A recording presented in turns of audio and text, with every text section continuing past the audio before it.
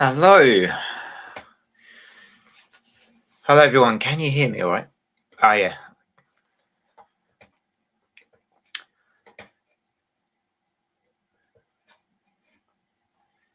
How are you all doing? Sorry, I'm just catching up on the chat. I think I might have gone live without realizing I'd gone live, so that was good. Awesome. Ah, man, what's going on? Stranger Things finale. Yeah, I haven't watched Stranger Things at all this time around. I kind of want to because I'd seen the previous 4 seasons, so I sort of want to watch the new Stranger Things to catch up.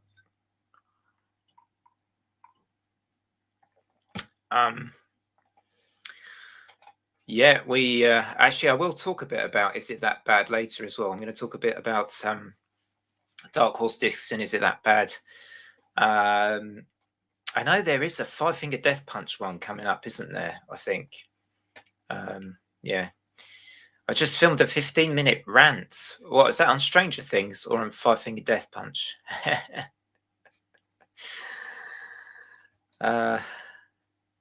Yeah. Right. Okay. Anyway, I was going to start with a quick CD show and tell for the live stream.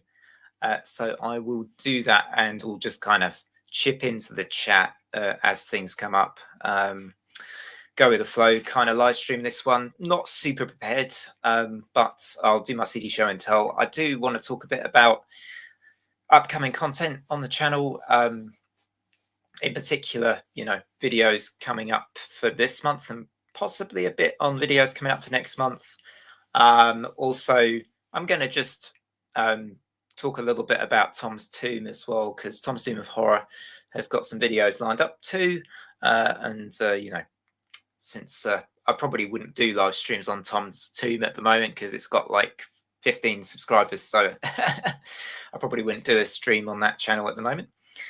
So, oh, that sounds exciting. Sorry, I'm reading the chat, and people can't see the chat on the live stream. I have to remember this, that unless I pay a bit of extra money, people can't actually see the chat. So I've got to try and remember that.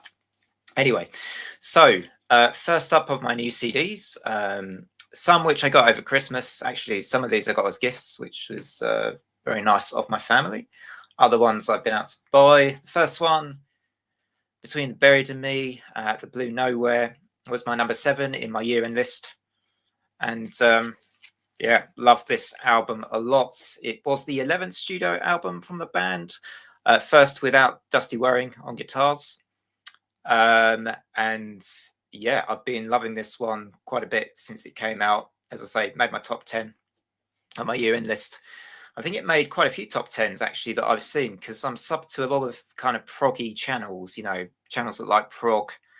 And it's been in a lot of top 10s, I've noticed, this album. So yeah, good that I'm not alone in my love of The Blue Nowhere. Really good record. Yeah, I think it was in Chill Dude's top 5 albums too. I think I really enjoy God Terror on here as the heavy track. And then you've got the kind of crazy progressive ones that go all over the shop. And the title track is gorgeous. That's an unusually sort of moving, just fully clean Between the Buried and Me song. You don't get many songs from them that are completely clean. So yeah, really good stuff on here. Next up, an album which I I sometimes do change my mind on albums, and this is one I think I've kind of changed my mind on in quite recently, really. I think it was Phil on Now Spinning magazine who was talking about this album, and I decided to check it out again. And I decided, actually, I really quite like this record now. I think I kind of I may have even put this forward for Is It That Bad? It's Ad Infinitum's Abyss. But really, it's just a very, very accessible pop orientated record, I think. It still has all the metal, it still has some of the metal aesthetics, but it is more pop orientated. I think Melissa Bonney just sings a lot of poppy choruses, and but it's actually, as a pop record, if you treat it more as a pop album, less as a power metal album or a symphonic metal record, it is actually still pretty good. And yeah, it's kind of been an album which I think I ranked it bottom of my modern symphonic metal albums as well. Now I'd probably rank it a little bit higher. I still don't think it's not their best record. I don't think, but it has grown on me a bit, and it's actually pretty good. I think it's just one that at first I didn't really like it, and we can change our minds. I've definitely changed my mind on Ad Infinitum's Abyss. I'm really looking forward to their next record, and I'm looking forward to Melissa Bonney's solo album. As I said in my anticipated albums video, can't wait for Melissa Bonney's new record on the 23rd of January, because that actually sounds really good. Like I'm pretty stoked for that, based on the singles anyway. Next up is an album which didn't actually make my year-end list, but I kind of have, again, actually, I've kind of had some mixed feelings about this one, but it's grown on me a bit. It's the new Amorphis album. What's this? Borderland, the album title. For a second there, I couldn't even remember the title. Definitely one though that's still one of my least favorites in the Tomi Jutsun era. I don't think this is one of their best records for sure, but it still sounds pretty good. I reckon if this is your first Amorphis album, you'd love this, because it does have all the classic Amorphis kind of motifs, and sort of song structures, and the things that they usually do in their songs are all present here, I think. So, but if you're new to Amorphis, it'd be a great place to start, I think, because the songs are quite memorable.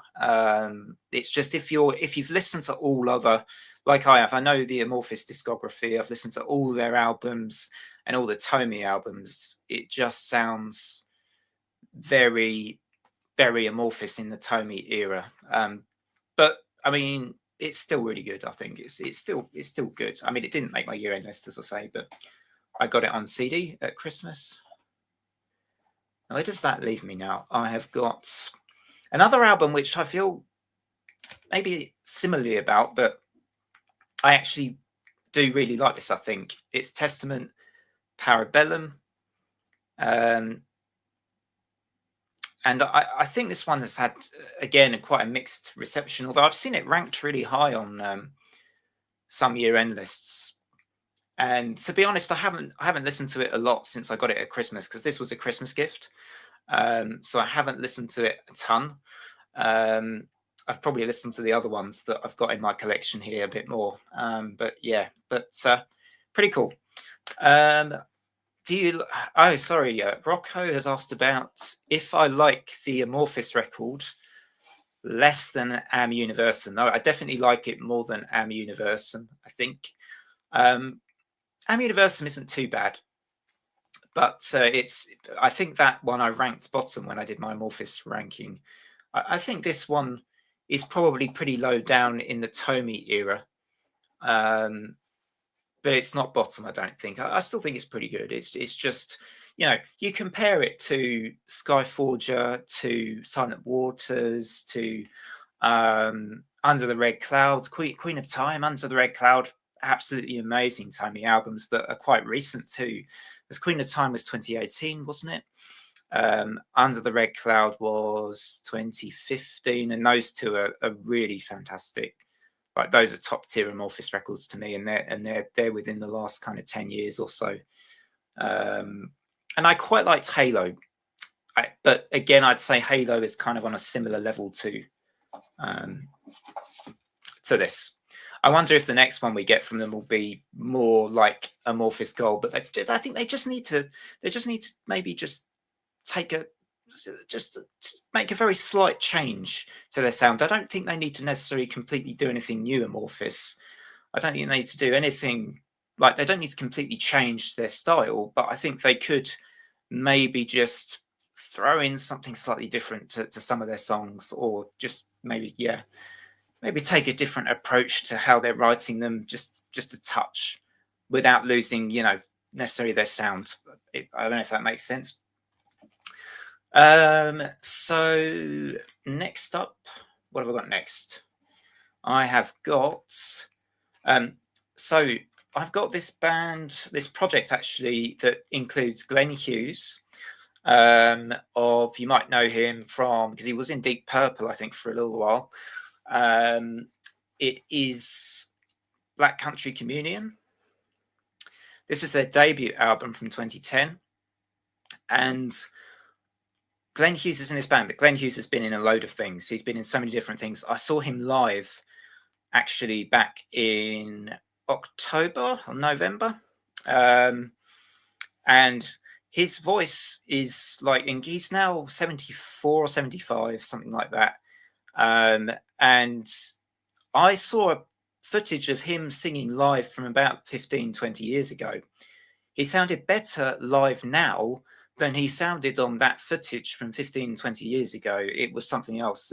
He kind of, out of the gigs I went to last year, I didn't go to many gigs at all last year, actually. But that was the gig that surprised me the most, at how good he is live, how awesome his voice is live. You have to see him, I think. And, yeah, so that inspired me to ask for this album for Christmas. Yeah, there's some really good tracks on here, like Medusa, One Last Soul. One Last Soul is fantastic. And Joe Bonamassa as well is in this band, isn't he? I believe. So I've got some notes. Also, Derek Sherinian and Jason Bonham on the drums. I'm not going to pretend to know Derek Sherinian. Definitely don't know him. But yeah, pretty awesome stuff.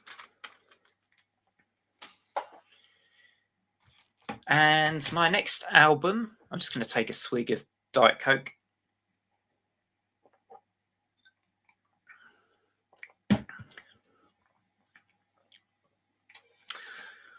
Glenn was in Black Sabbath very briefly. Which era was that? I wonder. Which album even was he in Black Sabbath for? Yeah, I must admit, I don't know which part. Maybe Rocco or Hector can do a little bit of searching. Unless they know. Yeah, I'm interested actually when that was, because I knew he was in Deep Purple. I didn't realise he was in Sabbath sometime in the 80s. Okay, cool. All right, so I've got 2 CDs left. 2 CDs to go. And first up, Mudvayne Lost and Found. So there is a reason behind partly why I've bought this CD as well, actually, and it is on the roster for Dark Horse Discs. So it being an album I've actually always wanted to buy, actually, since probably for about 20 years. I've never bought it. And I really like this album. It got pretty negative reviews, mixed reviews and negative reviews when it came out. But I've always kind of enjoyed it. It's not as kind of, think of LD50 and think of even the album after that, which were a bit more technical. I think this has more accessible songs, I'd say, on this one. But super catchy stuff like Forget to Remember, Happy. Happy was a big hit. I remember that on the showing on, was it on MTV? Maybe it was definitely on Kerrang and channels like that. So I think this was also my choice. So a lot of the Dark Horse discs are choices I've got either from polls or from other collaborators, including you, Hector and Rocco. I think you've chosen a couple. This was my choice, I think, but I think it's like it will be towards the end of the series if we do it, because I think it's quite low down in the roster. But yeah, I do like that Mudvayne record. And lastly, you've got to have a non-rock, a non-metal pick in here somewhere. Got to have a pop album. And she's an artist I basically kind of rediscovered last year. with her album Perimenopop. That was on my year-end list. She came at number 6. It's Sophie Ellis-Bextor's album that came before that one in 2023 called Hannah. And apparently this album was inspired by a trip she took to Japan. And I believe there is some inspiration as well when she lost her stepfather before the album was recorded. So, I mean, this is actually a really good album as well. I'm finding that I've yet to find a bad album from Sophie Ellis-Bextor, and the one that's meant to be the bad album, I think, is a Dark Horse disc, and that was 2011's. Now Make a Scene. That's the name of the album, Make a Scene, and that's meant to be the bad album, but that's a really good one. Murder on the Dance Floor from Reads My Lips. Good record too. But yeah, this one's her. I was going to say it's not her latest. It's the one before the most recent that we had last year. This was from 2023.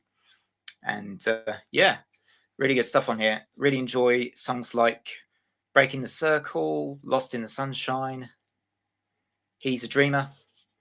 Yeah. Broken Toy is good as well. That's nearly at the end. Yeah, pretty cool stuff. And that's my CDs that I've kind of bought or been given over the last few weeks. So I'm going to move on to what's coming up on the channel in the next, well, I guess the next few weeks, really.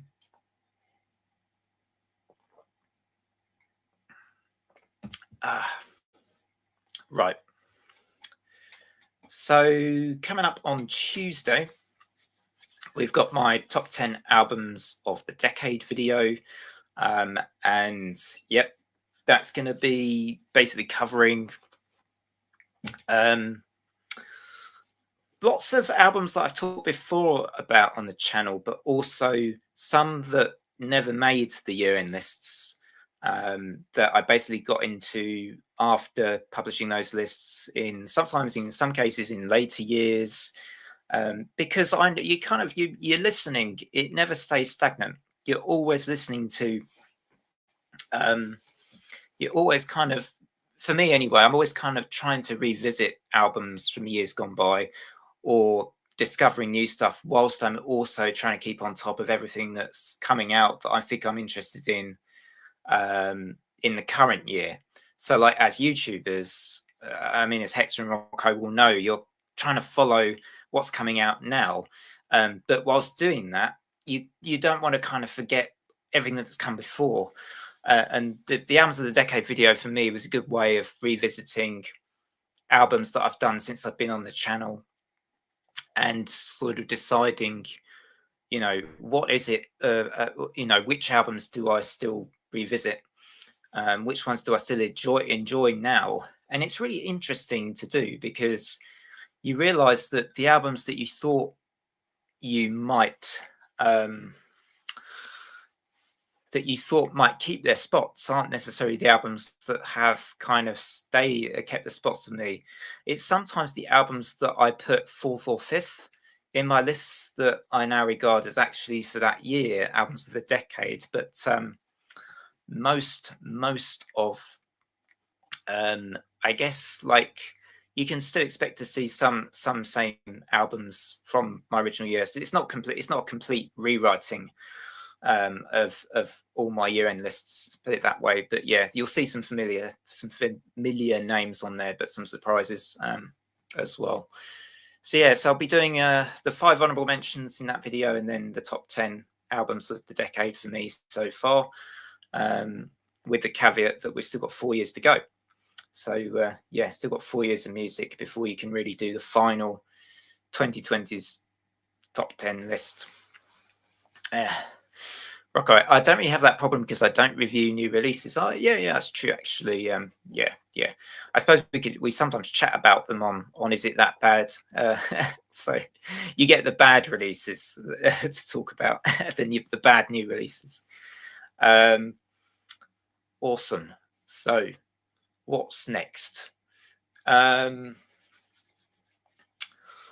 Okay, so the first album I'm probably going to be reviewing is Beyond the Blacks' Break the Silence.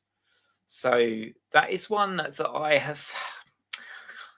I'm going to reserve final judgment until I've listened to the whole album, I think, because a lot of the singles haven't really done a lot for me. One of the singles I really liked, so it could be one of these albums that is one I have some mixed feelings about. I'm willing to give it a shot. I think I said that in my video yesterday. I'm willing to give it a shot. The Megadeth, I think so. You got Alter Bridge on the 9th, and then the Megadeth is coming up on the 23rd, along with a load of other releases, Poppy. And I actually think I'm going to review Poppy. I will. So check out the new Ulva album. Yep. Okay. What day is that one coming out? Is that in January as well? There's so much coming out in January. It's going to be mad. It's actually January. It's going to be mad. And if we're doing the Megadeth, is it that bad? I want to make sure I don't do the review before Is It That Bad. Actually, I was gonna do my review after Is It That Bad. So that comes out. Oh, Ulva's already come out. Okay, that shows how on top of things I am. All right, I'll have to give that a listen. Awesome. And then, of course, now I'm pretty stoked for a couple of albums at the end of the month as well, like Soft Cult. Definitely going to be checking that one out.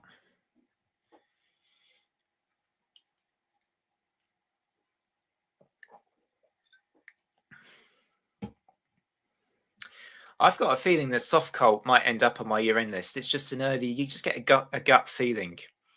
You get a gut feeling about these things. I've got a gut feeling Melissa Bonney's going to end up on my year-end list, and Soft Cult from January. I feel like and I'm basing it on the singles that I've heard from both of them. But I've just got a feeling they're going to be the two from this month that ends up making it on my year-end list. I could almost do a predictions. Video, predict which ones end up on the year-end list.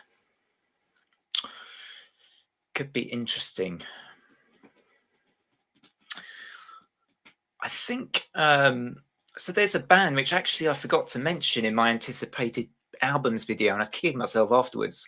I quite like this band called Mariana's Rest, and they've got an album out on the 18th called The Bereaved. And I completely missed that off my video. So yeah, that's another one. And yeah, we're obviously keeping our fingers crossed for churches in 2026. The 18th. Oh, that's what I've got written down. Hang on. Oh no, that's when I'm doing my review. Sorry, Rocco. You're right. The 18th is when I've got planned for doing my review. So it must be out on the 16th. Must be out on the 16th then.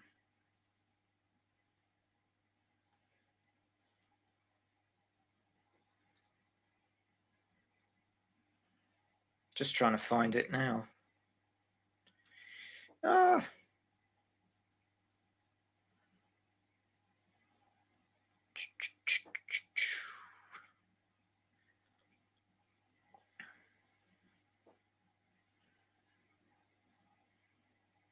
Sorry, I'm just trying to find the date of that one now. It is the 16th. Yeah, it's coming out on the 16th, a Friday.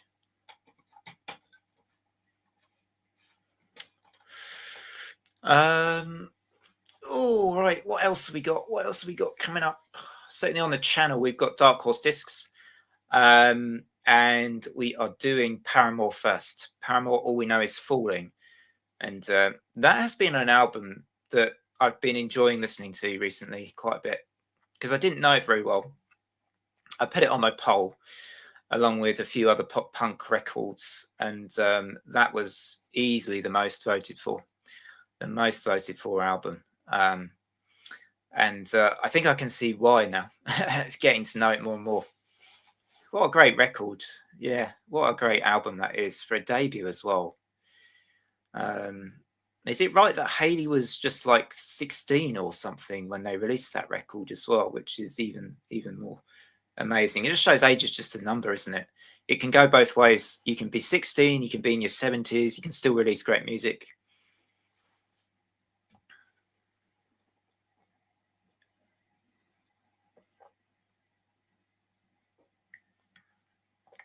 Yeah, she was super young. I think because to me she's not old now, is she? She's what, in her 30s, so yeah, she must have been very young. Yeah, do you know my first Paramore song? What my first Paramore song was? It was Decode, which I think they used in the Twilight soundtrack. Yeah, that was my introduction to Paramore, was Decode.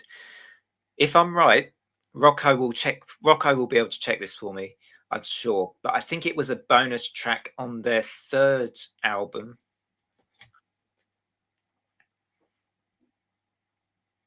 Yeah, the album has a couch. Yes, on the front cover.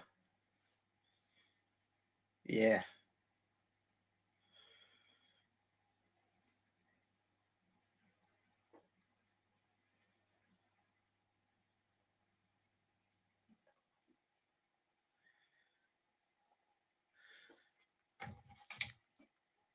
Yeah, I think I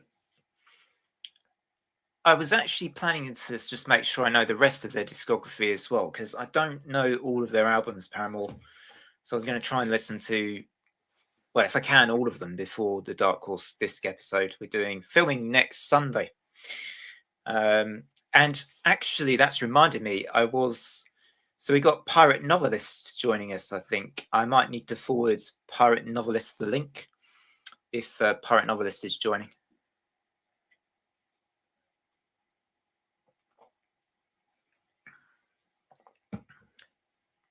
Awesome. So, yeah, I mean, that's the first episode. The second episode we've got lined up as Megadeth's The System Has Failed. I think, Hector, that was your suggestion a while back. We did do a Megadeth album in the first. Oh no, just me and JC did Cryptic Writings in the first ever series back in 2022. Which, God, was it really that long ago? We did Cryptic Writings, but I think The System Has Failed is more of a dark horse really than Cryptic Writings. Looking back. Well, I actually like Cryptic Writings. I do think it's a bit of a dark horse still. Cryptic Writings. I like quite a lot of that record, but The System Has Failed, I think, is the better of those two albums. So that'll be a good one to discuss.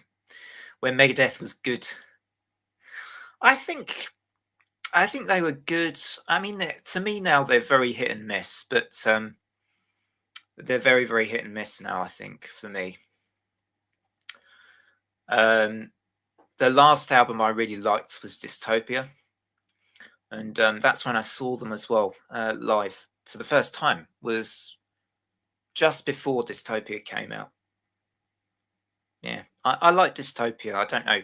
What do you think of Dystopia, Hector? Did you like that one?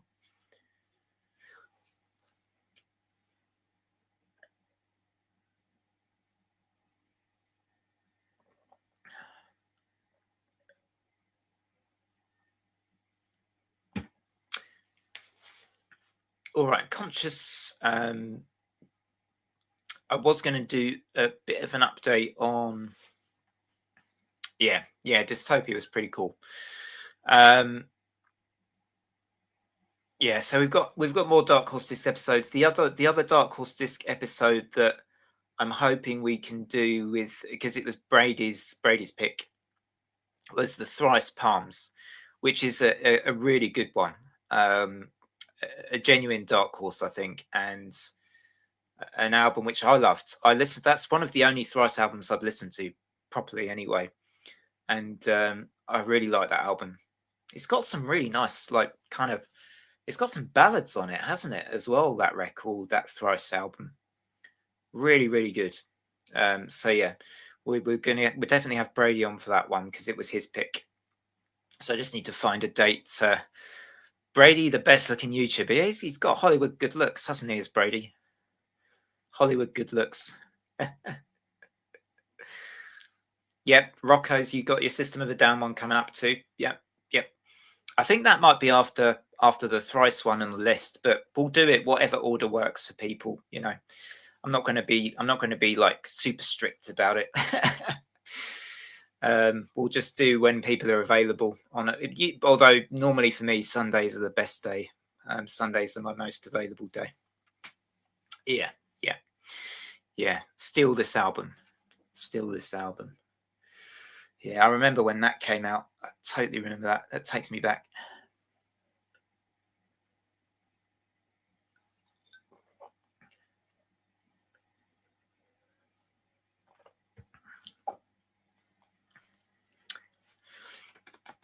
Right.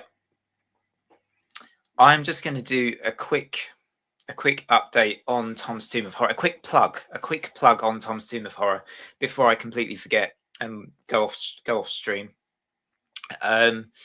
So actually tonight after the stream, I'm going to be showing my Underworld films ranked.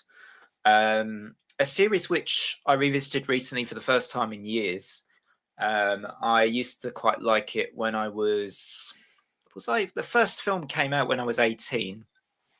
I remember me and my friends were like, "Oh, do you want to go and see Underworld? It's got Kate Beckinsale as a vampire in it." And it was like, "Oh yeah, all right then. That sounds good." So we all went to see the film, and yeah, it was yeah. I kind of have some fun memories of it. I don't think it's not the best ever film series that there's been, put it that way. Bill Nighy's fantastic in it. He really is a great kind of evil kind of boss vampire. But yeah, I'll save my thoughts. You guys can watch the video on that one.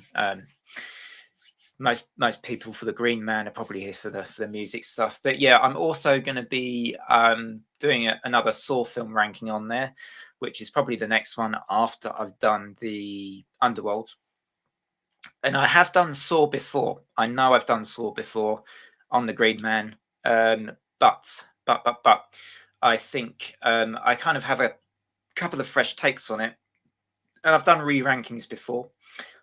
This will be a re-ranking of the Saw franchise, but the first time I've actually ranked it on the on Tom's Tomb. So I've kind of got the I actually got the Blu-ray box set of the Saws quite recently. So I've been watching those, and yeah, I kind of find after I watch a Saw film, though, I have to watch something like as a comfort, as something light, something really kind of light and fluffy and comforting, because Saw is kind of, some of those films are really brutal, and most of them are really brutal. Kind of, you can't, like, they're very intense. So like when I watch a Saw film, I have to watch something like, I don't know, something super light, like a comedy or a some kind of guilty pleasure comfort movie.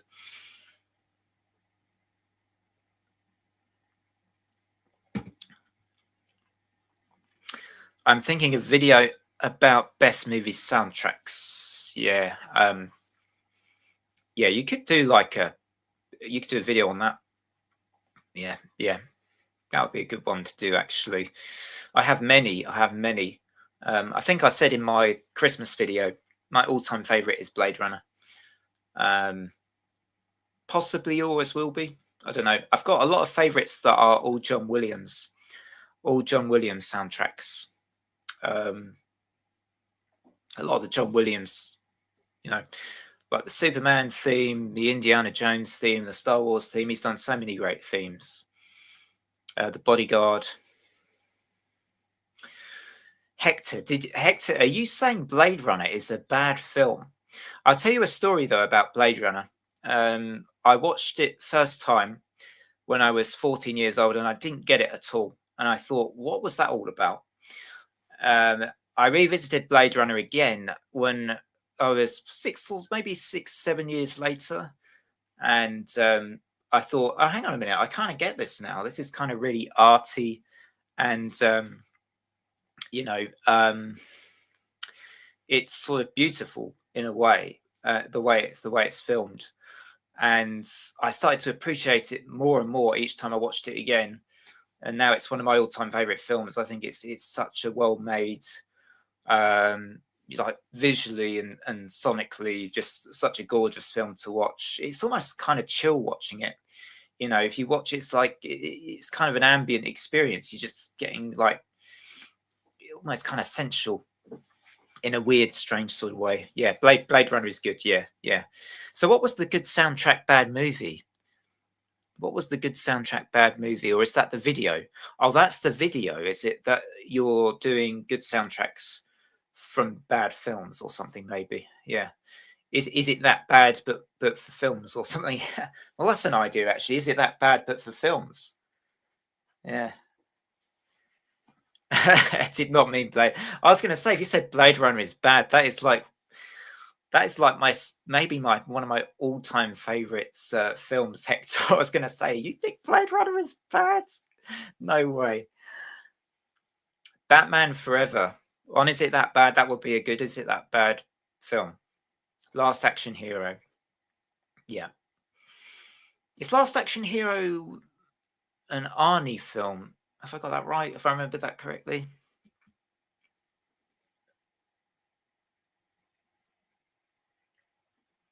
I think, mind you, I think Batman and Robin is more Is It That Bad material.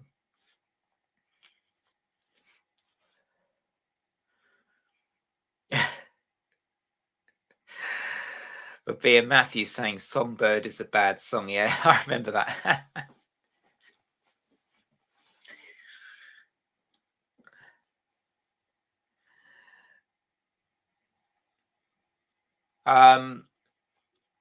Where was it? I got to somewhere with my horror channel and I've completely lost. I'm not in a very kind of this stream has been a bit kind of I've not been very fluent. I like to be a bit more fluent, but never mind. It's a Sunday evening. It's a Sunday evening. I've got a long week at work ahead of me, so I'm possibly just feeling a bit ugh at the moment.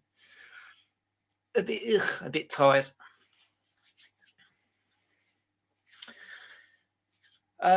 So other things coming up on the Tom's Tomb channel. Before I finish on that, I'm going to talk about some standalone slasher films. I blame the Diet Coke. Yeah, it's probably that actually. That's the point. And then also I've got the favorite horror sequels, which is going to be a collab. I think we've got Brady on board, possibly Hector on board for the favorite horror sequels. So that should be a good fun one to do.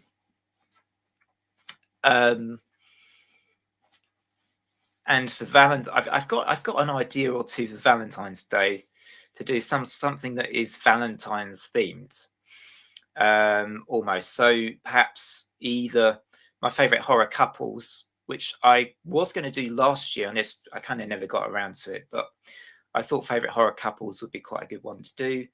Then I've toyed with the idea of horror crushes as well, going in that direction. Which could be a very interesting one to do for Valentine's Day.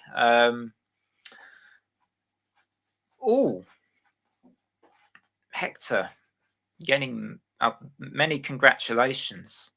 Getting married on February the 21st. That is big news. Very big news.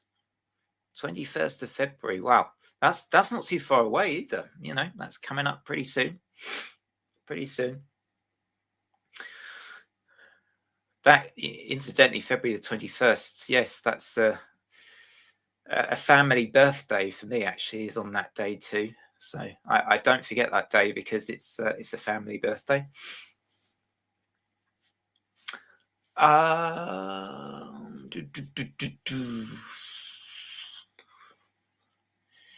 Huge, yeah, absolutely. No, I hope that's a fantastic day. I really do.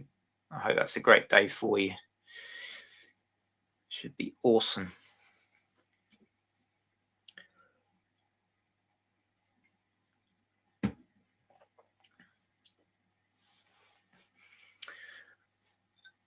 Right. Cool stuff. So yeah, I mean, basically, a lot is coming up that Oh, that's nice. It encourages me to do videos. That's awesome. Yeah, yeah, yeah. Keep the content coming. Keep the interviews going. Oh, I haven't said about that actually, that I might do a few more interviews this year. I probably won't. I don't think I could ever do as many as you manage, Hector, with the interviews. You're like a machine. You're an interview machine. I could never. I don't think I could manage as many as you do, buddy. But yeah, I'm looking forward to see. I mean, if you get some big interviews in maybe this year.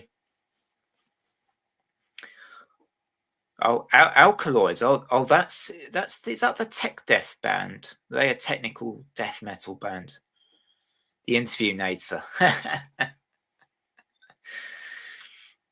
Yeah, that should be good. And I wonder, actually, I thought actually that we've got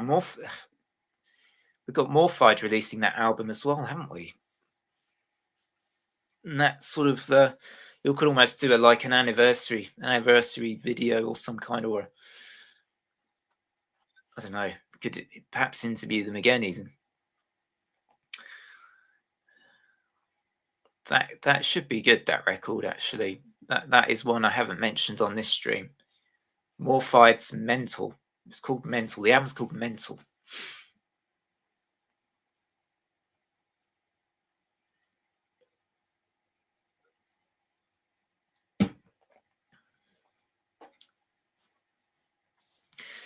Yeah, what I remember is that they were really, really nice, actually. Yeah, really lovely to talk to.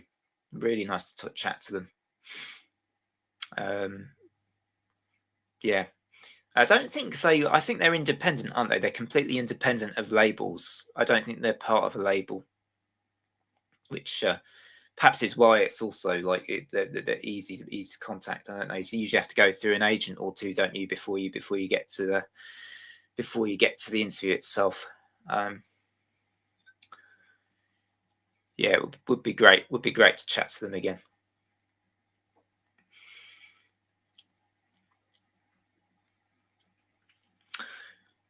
Oh, I feel like there's got to be more to talk about.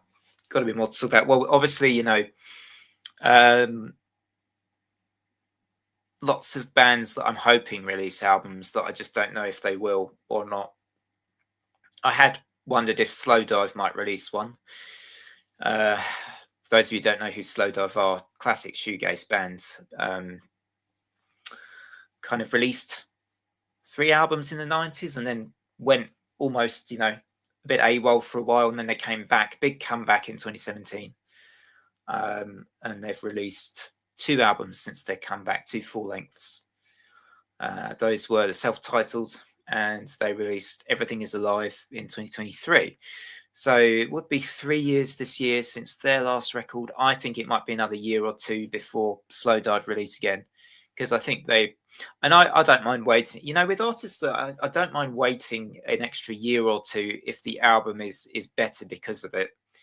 I'd much rather that the album is better at the end of the cycle or the gap, and wait for a better record than it to be rushed and to be less good ultimately. So I'm happy for Neil and Rachel to take as long as they need to give us more Slowdive. I would love another album that sounds like they're self-titled. I would love that.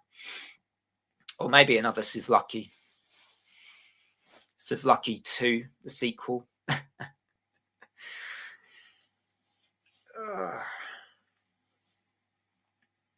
And actually, I did have a bit of a flashbulb moment with Slowdive, thinking that Pygmalion is a Dark Horse album.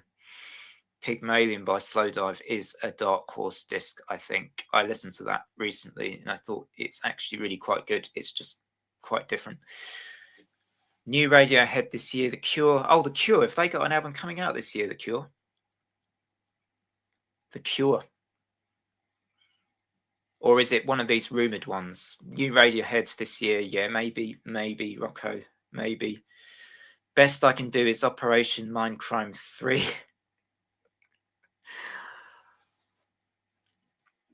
Yeah, they had that's right. They had that.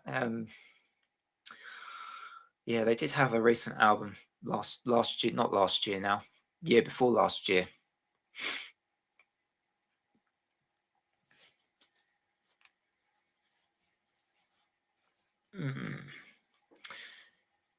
It's probably too soon for a new Metallica, isn't it? That was 2023. You probably have to wait a few more years for a new Metallica one. And I reckon I wonder if they'll make that their last record. If they'll say that new Metallica's their last album, like Megadeth have.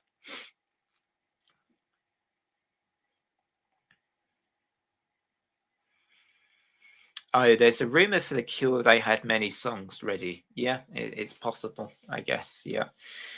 And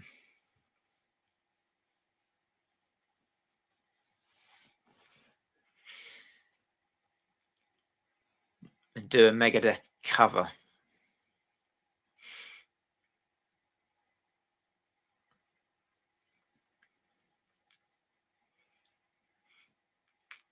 I know that who haven't I mentioned yet? Well, Within Temptation.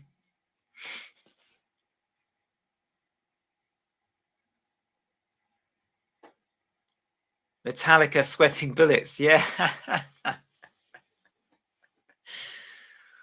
Yeah, they could do a cover of a Megadeth song to kind of yeah. That would be interesting.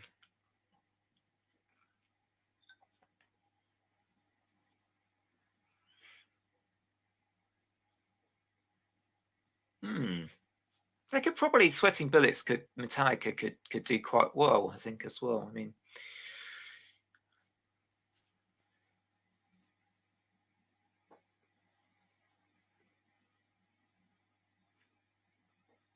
yeah, I think I wonder if Metallica how much they've got left really at this point, and whether we'll probably never get a sort of I'd love to be proven wrong by them. I'd love to be proven wrong, but I'm not sure.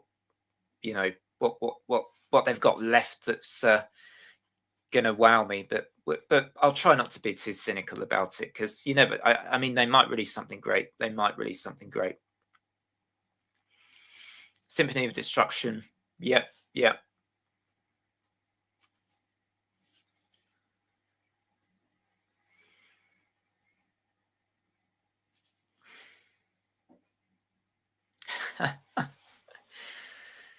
Yeah, Lulu too. Although, who will they collaborate with now? Saint Angria. Keep them coming. Keep them coming.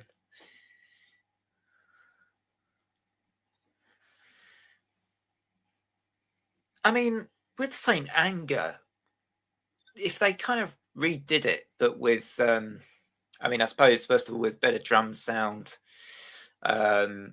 with a bit more added to the core songs, because I thought some of the core songs of Saint Anger were actually pretty good. There was just nothing kind of. There's very little in terms of layers to that album. It was a little bit caveman like, wasn't it? St. Anger. I always think it was a little bit caveman like. I think if they'd sprinkled more in terms of better lead guitar and a few more changes in some of those songs, they would have. St. Anger could have been quite a solid record. It was just so bare bones that it was a very sort of kind of very lacking and very repetitive and over an hour long as well. So it kind of made St. Anger a difficult one to listen to. But Phil Collins, Lulu 2 with Robert Plant, yeah, okay, or with Phil Collins, maybe with Phil Collins.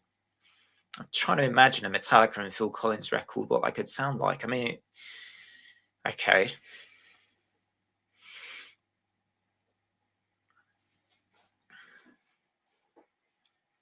I'm sure there's a joke. There's a joke in there somewhere. Phil Collins collaborating with Metallica. There's a Phil Collins song. Take a look at me now. There's something in that. Against all odds. There's got to be a joke in there somewhere. Someone come up with a joke about Phil Collins and Metallica.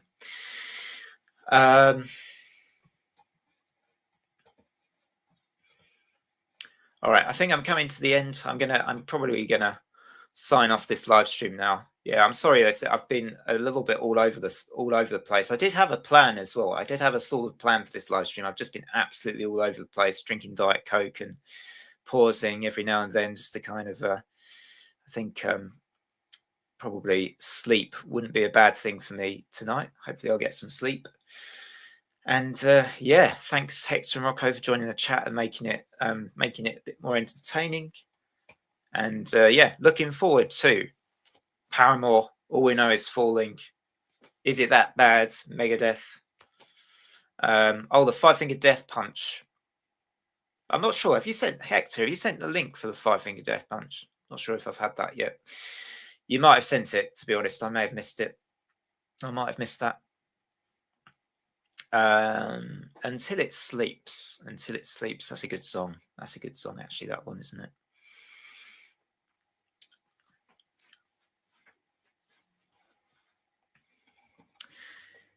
It might be because the Five Finger Death Punch is midnight as well. I guess that could be. I did do Wheel of Bad though. I think it might depend how awake I'm feeling. How awake I'm feeling, maybe.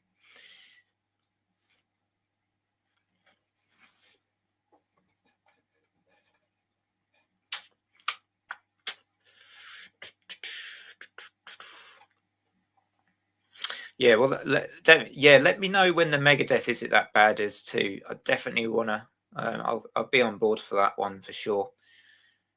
I'll see about. I'll try and make it. It depends how many people have you got for the Five Finger Death Punch one.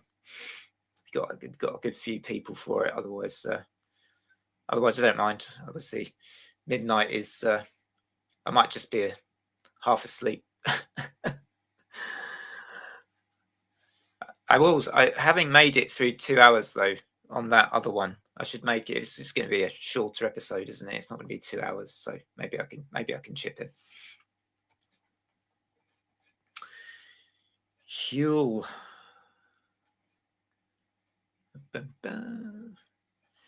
All right.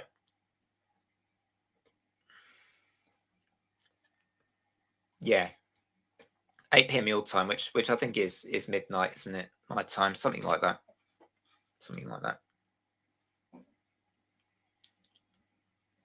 Yeah, if it's 1 a.m., I think I probably wouldn't join. I think if it's 1 a.m., I know I've got to be up the next morning, so I probably wouldn't do 1 a.m.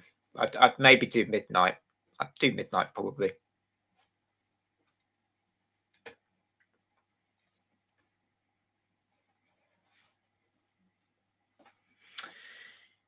All right, guys. Well, yeah, thanks for joining. And yeah, I'll maybe just switch over to Tom's Tomb and be in the chat for Tom's Tomb of Horror for anybody that wants to watch the Underworld ranking. If you know those films, and yeah, otherwise, thanks all, and as always, until the next time on the Green Man, it is bye for now.